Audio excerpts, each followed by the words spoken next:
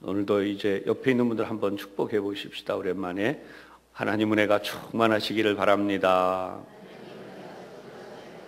네, 그렇습니다. 내일 하루면 또 이렇게 이번 두 번째 주간을 잘 끝내게 되는데요. 오늘도 새벽에 수고하신 많은 분들, 또 새벽에 나오시느라고 애쓰시는 분들, 하나님은 안에서 더욱 힘을 내셔서 내일은 물론 다음 한 주간도 은혜 충만한 가운데 새벽 기도회를 마치게 되시기를 부탁드립니다. 로마서 9장 있는 말씀인데, 오늘은 이 내용을 보면서 아마 여러분들이 그런 생각을 할지 몰라요. 뭔가 좀 석연치 않은 그런 부분이 좀 들어있다. 지금 이 말씀을 보면 이 로마서 9장에서 바울의 최대의 고통이 무엇인지를 알게 됩니다. 모든 사람이 다 그렇듯이 가족 중에 예수를 아직 믿지 않는 이들이 있으면 그 고통은 참 힘든 거예요. 여러분, 뭐 가족이 예를 들어서 부모님이 아직 예수님을 안 믿어요. 자녀가 혹시 예수님을 아직 안 믿어요. 안 믿는 남편이 있을 수도 있고 또 안 믿는 아내가 있을 수도 있습니다. 그런 분들 보고 빨리 예수 믿게 해라. 안 그러면 천국에 못 간다. 여러분, 그게 얼마나 무서운 고통입니까? 사실은 우리가 예를 들어서 형제 중에 뭐 별로 그렇게 친하지 않아요. 그러면 조금 또 그 형제는 뭐 그러려니 하고 넘어가는데, 친구지만 형제보다 더 친해요. 이거 형제가 따로 없어요. 근데 안 믿어요. 다른 종교를 가졌어요. 어떻게 하면 좋아요? 정말 아무리 전도를 하고 아무리 예수 믿으라고 해도 안 되면 포기하는, 그 포기 속에는 무엇이 들어있습니까? 내가 고통을 당할 수밖에 없는 거죠. 바울에게도 그런 것이 있었다는 거죠. 그런 속에서 오늘 바울이 가진 소망이 혹 불신의 자녀 또는 불신의 가족들이 있는이라 할지라도 오늘 바울과 같은 소망을 가짐으로 하나님의 위로를 받으시기를 주님의 이름으로 축원합니다.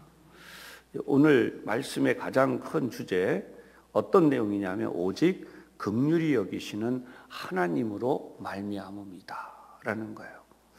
자, 오늘 본문의 내용을 일단 정리해 보면 1절로 18절까지는 약속의 말씀과 하나님의 자녀들에 대해서, 그 다음 19절로 29절까지는 하나님의 진노와 긍휼하심에 대해서, 그 다음 19절로 29절까지는 이방인들이 얻은 믿음에서 난 의에 대해서 나옵니다. 우리 어제 또 보았던 내용 잠시 생각하고 이 말씀들을 연결해 가겠습니다. 어제 나누었던 8장의 말씀은 세 가지 정리를 다시 해보면 율법의 요구가 이루어지게 하셨다라는 거죠. 예수님을 육신의 모양으로 하나님이 보내셔서 우리 육신이 연약해서 감당할 수 없는 그것을 예수님이 감당하게 하셨다라는 거예요. 두 번째 중요한 것은 우리는 그리스도와 함께한 상속자다. 이 상속에 대한 이야기가 나오는데요. 이 상속은 우리는 하나님의 자녀가 되어서 천국을 상속받게 되었다는 거예요. 근데 이 상속을 받을 때에 정말 중요한 것이 우리는 복이라고 흔히 얘기하는 나는 고통 하나도 없이 예수님이 당하신 고통 때문에, 십자가의 고통 때문에 나는 그냥 천국을 상속받았다. 너무 좋은 거죠. 그런데 거기에는 반드시 뭐가 같이 있는가? 고난도 있다는 거예요. 하나님의 자녀이기 때문에 그리스도인으로 살아가야 하기 때문에 세상에 어울리지 아니하는 것으로 인하여 우리가 십자가에 남은 고통, 예수 믿는 사람이라고 해서 세상에서 다 환영받는 게 아니라는 거예요. 때로는 왕따를 받기도 하고, 때로는 핍박을 받기도 하고, 때로는 사람들로부터 오해를 사기도 하고.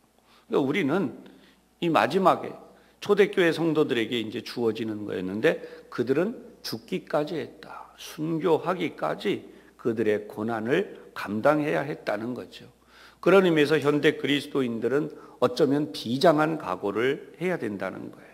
세 번째 중요한 것은 우리는 하나님의 사랑으로 넉넉히 이기게 된다. 어쩔 수 없이 등 떠밀려서 믿어야 되고 천국 가야 되는 것 때문에 마지 못해 믿어야 되고 하는 그런 삶이 아니에요. 우리는 하나님의 사랑이 너무나 넘쳐나기 때문에 감사하고 감격한 가운데 열정을 가지고 믿어도 다 감당할 수 없는 은혜다라고 하는 거죠. 그런 하나님의 은혜가 어제 우리에게 있다고 하는 사실을 바울이 알려주었습니다. 오늘은 9장에 있는 내용인데요. 조금 전에 말씀드린 것처럼 우리 첫 번째 생각할 것은 바울도 가족의 구원을 간절히 바랬다는 거예요. 1절로 5절까지 내용입니다. 1절에 뭐라고 나오죠? 내가 그리스도 안에서 참말을 하고 거짓말을 아니하노라. 그리고 나에게 큰 근심이 있는데 어느 정도냐? 마음에 그치지 않는 고통이 있다라는 거예요. 이 말은 정말 그 직역을 거의 해보면 이 뼈에다가 대못을 박고 이 대못을 박아 넣으면 계속해서 고통이 오죠. 멈추지 않죠. 그와 같은 고통. 그래서 가족이 구원받지 못한 것에 대한 그 엄청난 고통이 계속되고 있다는 것을 성령이 증언해 주신다라고 하는 거죠. 내 양심이 성령 안에서 더불어 증언. 바울이 자기가 꿈에 대는 말이 아니다 이 말이에요. 나도 고통스럽다. 그 고통이 어느 정도냐? 3절에 보면 만약에 내 가족을 구원시킬 수 있다면 차라리 내가 그리스도에게서 끊어져서 멸망할지라도 내 가족이 구원받기를 원한다. 아, 대단하지 않나요? 여러분, 나 우리 어머니가 안 믿어. 나 우리 어머니 구원시키기 위해서 차라리 내가 지옥에 가더라도 우리 어머니가 구원받으면 좋겠어요. 이제 그런 정도의 각오예요. 지금 바울이 하는 얘기는 그런 것입니다. 3절, 내 자신이 저주를 받아 그리스도에게서 끊어질지라도 원하는 바다. 누구를 위해서? 나의 형제 곧 골육의 친척을 위하여. 그러면서 이제 그 다음 탄식이 나오면서 거기에 탄식이 어떤 하나님의 은혜가 주어져 있던 자들인가를 설명을 합니다. 4절 5절. 그들은 이스라엘 사람이라. 여러분, 이 한마디가 바울이 지금 하려고 하는 모든 그 간절한 소원이 다 들어있는 말이에요. 그들은 이스라엘 사람이다. 비교할 수 없는 자들이다. 그들은 엄청난 복을 받은 자들이다. 정말 대단한 사람들이다 라고 하는 것을 한마디로 요약을 한 것입니다. 여러분, 그냥 우리도 이렇게 말할 수 있어요. 나는 예수 믿는 사람입니다. 영어로 말하면 I'm Christian. 나는 그리스도인입니다. 이렇게 말하는, 여기에 모든 게 다 들어있던 거예요. 그럼 도대체 이스라엘 사람이라는 것은 어떤 내용들을 포함하는가? 4절 5절 계속 보면 첫 번째 양자됨, 그들에게 주어져 있는 거예요. 그 다음에 두 번째 영광, 하나님의 영광. 설명할 시간이 없어서 그냥 지나갑니다. 그 다음에 세 번째 언약들, 언약, 하나님이 약속하신. 네 번째 율법을 세우신 것. 그 다음에 다섯 번째 예배. 그리고 여섯 번째 약속들. 밑에 이제 설명이 조금씩은 있어요. 그 다음에 마지막으로 일곱 번째 육신으로 하면 그들에게서 누가 나왔느냐? 그리스도. 그러니까 이러한 약속들에 대한 것을 쭉 하나님의 그 이스라엘 사람이라고 하는 것 속에 다 들어있다는 거예요. 그러면 두 번째로 중요하게 하나님께는 불의가 있을 수 없다. 바울은 이 부분을 설명해요. 6절로 18절까지.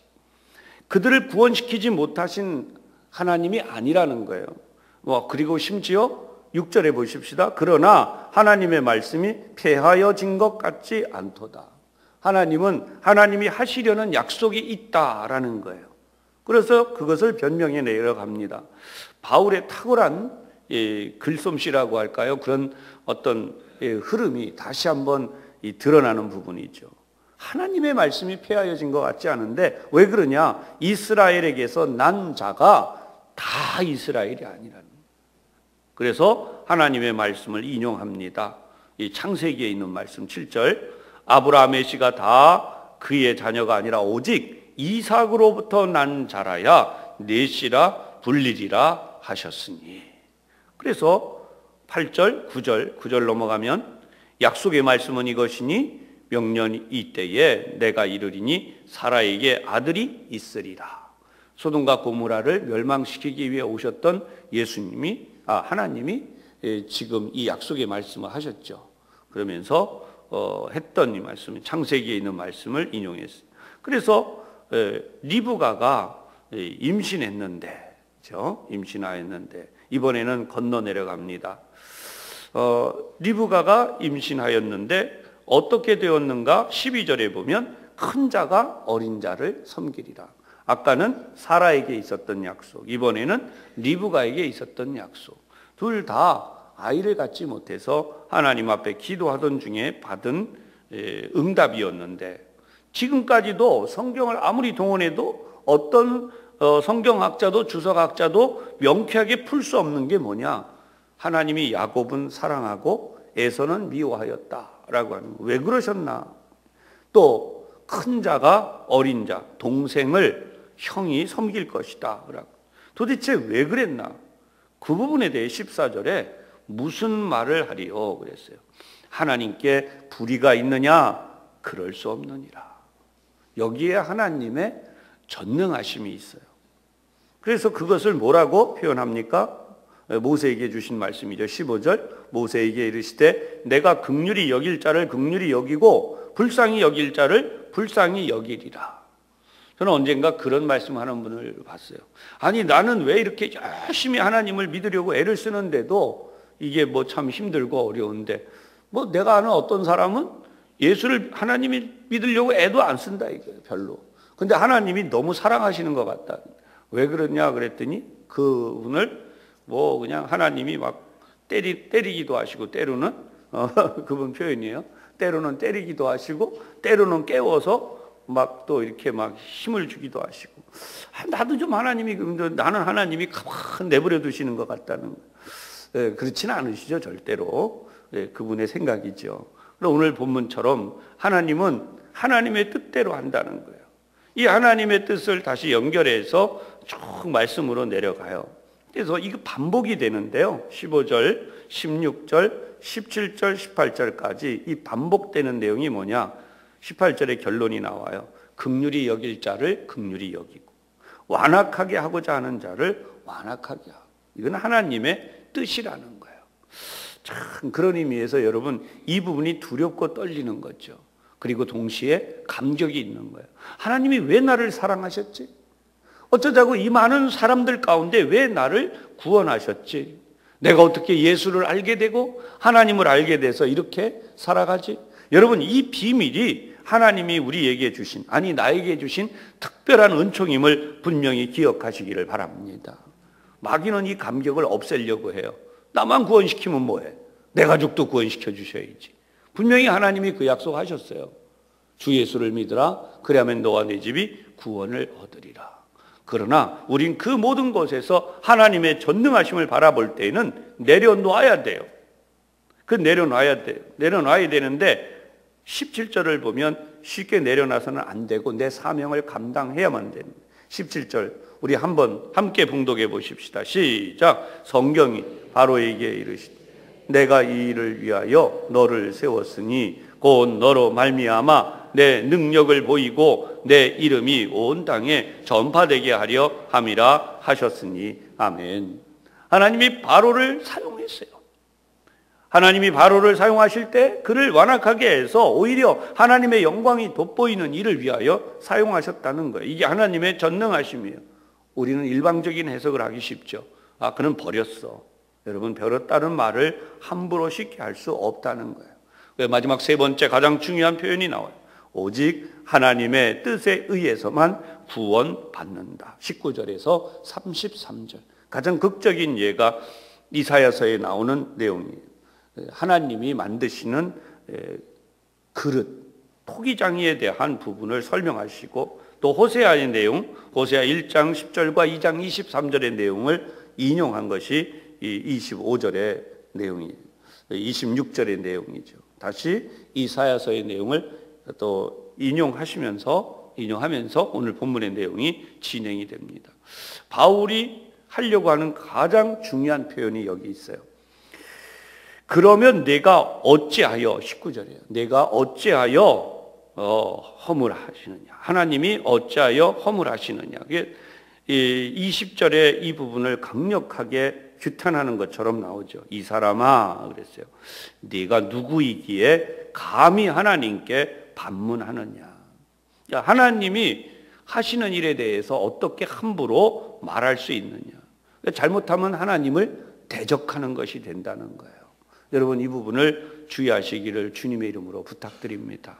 너무나 아픈 사연이에요. 내 가족이 구원받아야 되는데 부모님, 형제, 친척.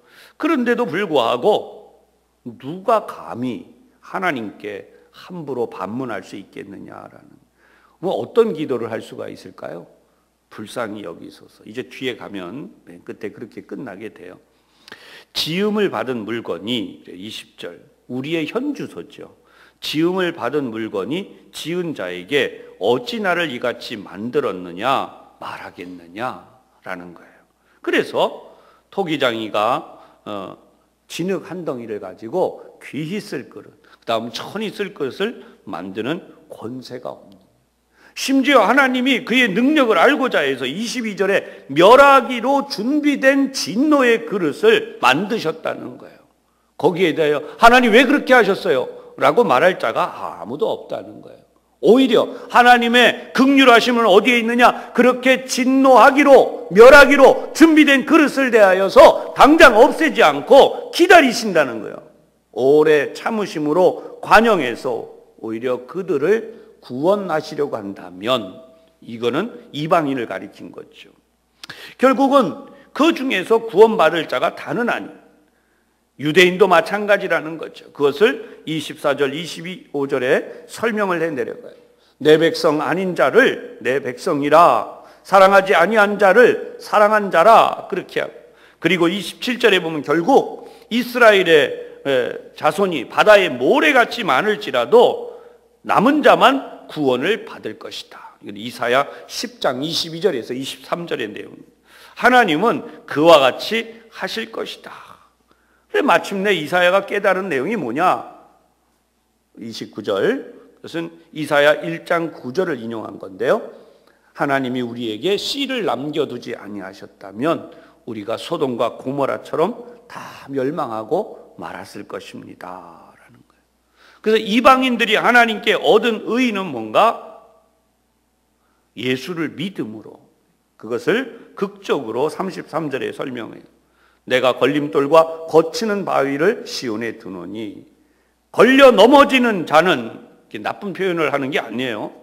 하나님을 믿되 이방인들 믿는 자들이, 이방인이 믿게 되는 것은 그에게 걸려 넘어지는 자는 부끄러움을 당하지 않는다는 거예요.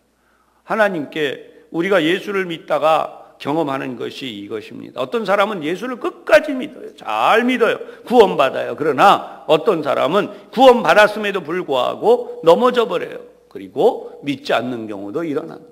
넘어졌다 일어났다 넘어졌다 일어났다 반복하는 이들도 있고, 예수님 당시의 유대인, 특히 대제사장 바리새인들처럼 그들이 예수님께 부딪히고 나니까 결국은 예수님을 박해하는 걸로 끝나버린 경우도 있다는 거죠.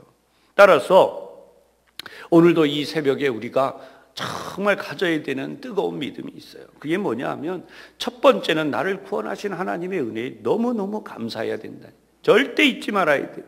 두 번째는 내 가족이 구원받지 못한 데 대한 바울과 같은 마음으로 내가 하나님께로부터 끊어질지라도 그들이 구원되기를 원한다는 간절한 소원도 당연히 있어야겠죠. 그러나 반대로 하나님 왜 구원 안 시켜주십니까? 실망했어요. 저 이제부터 하나님 안 믿어요. 이런 식의 잘못된 반항적인 이 선악과를 따먹고 하나님을 대적하는 사단에게 속한 그런 방식의 사고와 그런 식의 행동은 하나님 앞에 있어서 절대로 안 된다는 거죠. 우리가 하나님을 두려워함으로, 정말 나를 구원하신 하나님은 그 권세가 있는 분이에요.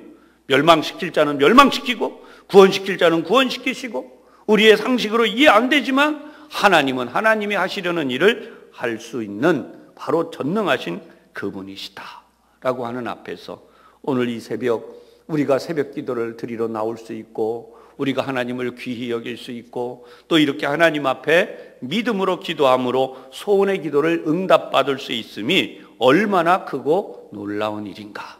하나님은 여러분의 기도를 듣기를 원하시고 우리의 소원을 받기를 원하셔서 우리를 이와 같이 하나님 앞에 불러주신 줄로 믿고 뜨겁게 이 새벽에도 간절히 함께 통성으로 기도할 때에 하나님, 우리에게 있는 하나님의 은혜 너무나 감격스럽고 우리가 하나님을 아는 이 놀라운 은총, 하나님, 내 가족들 가운데 불신의 가족이 하나님의 은총을 꼭 입도록 은혜를 내려 주시옵소서.